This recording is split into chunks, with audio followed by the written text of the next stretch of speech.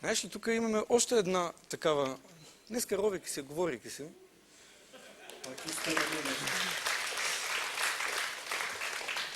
Каза, че екип не играе така. Наистина, опитвам се да разкажа как, да покажем смешната страна на нещата, веселата. Писането на песни не е като да седнеш сам да си пишеш книга, стихотворение и така нататък. То си е един вид работа, математика, нали, нещо трябва да пасне някъде другаде, не един текст трябва да си отива на мелодията и така нататък. А пък аз понякога, нали, за мен си, сега ще го кажа, много понякога се подвеждам по това какво настроение трябва да носи една песен, защото нали, обикновено като измислите мелодия, аз се получавам на демо версия на диск и свирена само на пиано. Да.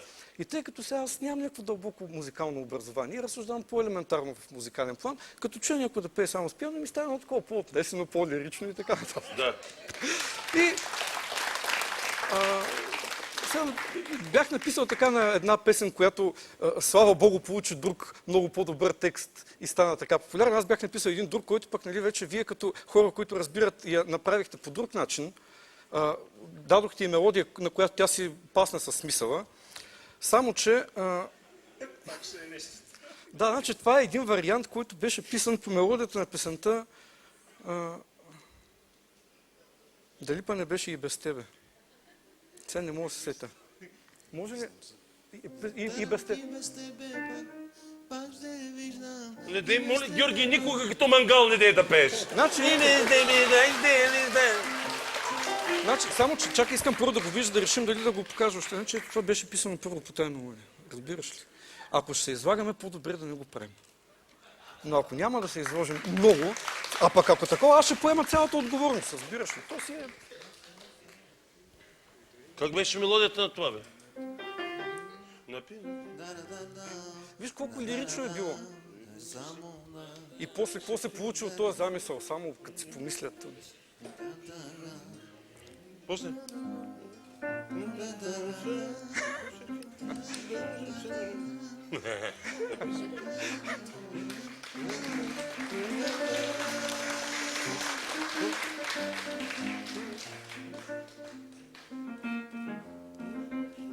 Ако искате да говоря нещо междувременно, да се оправдавам. Добре, айде, извинявам се, уважаеми зрители, но той ми дава друг текст на съвсем друга песен, която по друг начин ми е в главата, която после е станала друга песен. Разбрахте ли ме? Едната е станала не сте, ако не сте, сега ще ви демонстрирам. Да.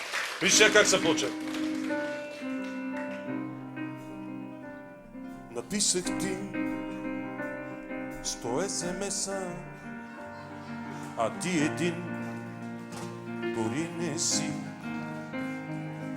Написах ти 100 SMS-а, поне един ти прочети. Написах ти 200 SMS-а, написах ти даже цял роман. Написах ти 300 SMS-а, а ти мълчиш, но защо не знам? Пратих 300 SMS-а, отговорите къде са? На каква се правиш ти сега? Пратих ти 100 SMS-а, колко ледена принцесо, трябва още да те разтопя. Извинявайте, благодаря.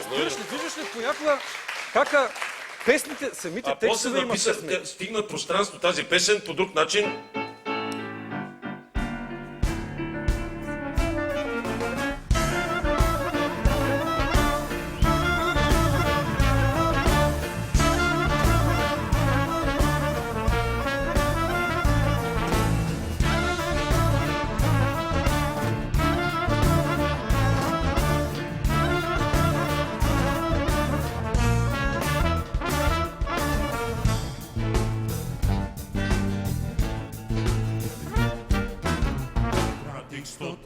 SMS, няма отговор и днес.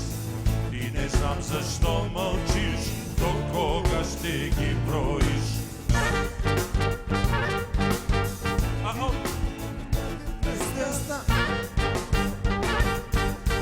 А отговорите къде са? Пратих 100 SMS-а, кажи къде са, дали четеш ги поне, или стана принцеса.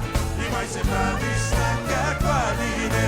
Пратник 100 смс-а, кажи къде са, дали четеш ги поне, или стана принцеса, и май се правиш така, каква ли не.